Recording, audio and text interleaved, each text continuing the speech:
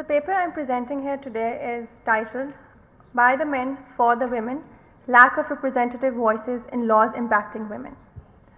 So when we discuss laws and representation, we must address all three branches of state governance. The legislative branch, which makes the laws, the executive branch, which executes them, and the judicial branch, which implements them. My paper adopts a data-driven analytical approach and presents the current state of representation Recording in progress. at the top tier of all three branches of governance. It then moves on to present a case study from Iceland, a country which has dominated the top position for the Global Gender Gap Index for more than a decade, and then it moves on to some recommendations for a way forward for Pakistan. I'd like to bring forward some of my statistics from the paper.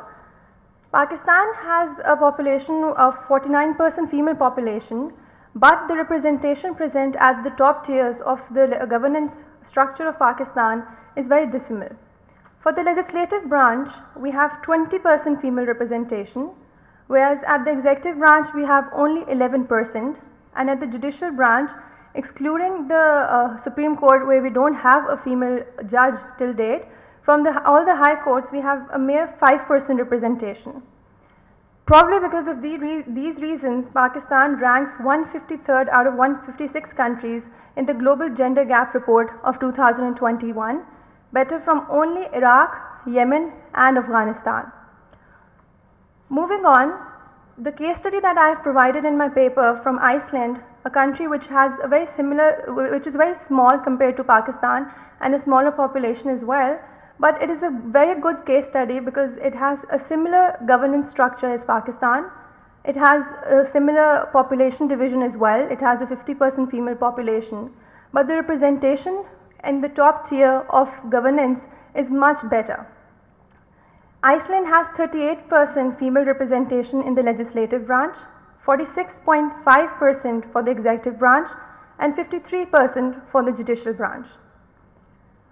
In depth in my paper, I explain the journey of Iceland to get to this point and the impact of having this improved representation, gender representation on Iceland holistically.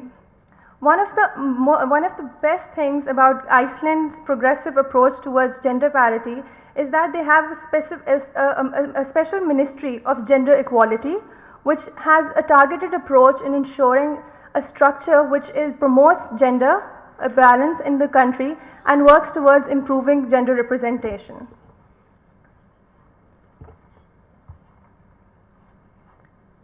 I'd like to conclude by simply stating that the paper in depth explores the laws and the representation in the current state in Pakistan, the detailed analysis of how we can improve the situation and the detailed recommendations for it.